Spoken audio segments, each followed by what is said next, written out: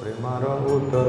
आप समग्र विश्व के पूर्ण रूप से जानते हैं, पर फिर भी आप उस व्यक्ति के हृदय को नहीं समझ सकते जो आपके चरण कमलों से प्रेम करता है। आपको क्या पता, आप तो स्वयं भगवान है ना। आपके चरण कमलों के से जो प्रेम करते हैं उनके हृदय की बात आप कैसे समझ सकते हैं। भगवान कहे अच्छा मेरे चरण कमल में से क्या है जो मैं नहीं जानता हूं। तो रुक्मिणी देवी कहती है, सुनिए अब जो रुक्मिणी देवी कहती है बड़ा सुंदर मार्मिक प्रसंग है। रुक्मिणी देवी याद करती है किसको, श्रीमती राधा रानी को। यदि राधा भाव हृदय करे आरोपण तबे से जानिबे निज प्रेमर लक्षण। आप चाहते हो ना कि मेरे चरण कमल में, आपके चरण कमल में क्या ऐसी विशेषता है आप श्री कृष्ण होके नहीं जान पाएंगे। रुक्मिणी देवी कहती है यदि राधा भावे, अगर आप श्रीमती राधा रानी के प्रेम भाव को अपने हृदय में धारण करोगे तब आप समझ पाओगे कि आपके चरणों में क्या ऐसे मधुरिमा है, मादकता है कि आपके चरणों को स्मरण करके, आपके चरणों की भक्ति करके श्रीमती राधा रानी कैसी महाभाव स्थिति में रहती है। हे बोलो सुनिया प्रभुर हिया चमत्कार की वैले देवी कहवार की बोल लो तुम्ही की बोल लो। आपने क्या बोला, क्या बोला, किसका नाम ले लिया, फिर से बोलो। राधा। इतना सुनते ही मानो कंठ गदगद रोमांचित स्वेद कंप अष्ट सात्विक भाव आ गया श्री कृष्ण को कि मुझे नहीं पता है और तुम कह रहे हो कि जब मैं राधा बनूंगा तब जान पाऊंगा कि मेरे चरणों में क्या रस है।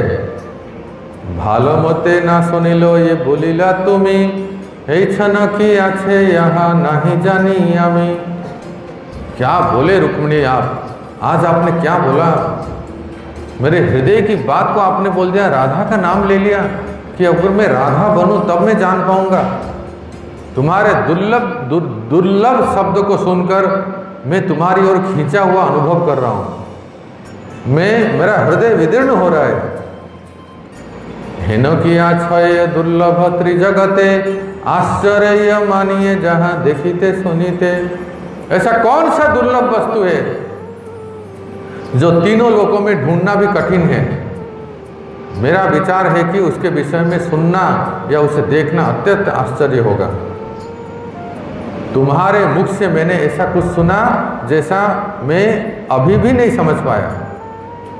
मैं उस आनंद को कैसे समझ सकता हूँ जिससे मेरा हृदय अब भर गया है। कह कह कह देवी एहन विश्वास चरण महिमा कहे एलोचन दास। क्योंकि इस ग्रंथ के रचयिता लोचन दास है ना। ठाकुर जी के चरण की महिमा क्या है, रुक्मिणी देवी कहो कहो बोलो, मैं आपसे सुनना चाहता हूं।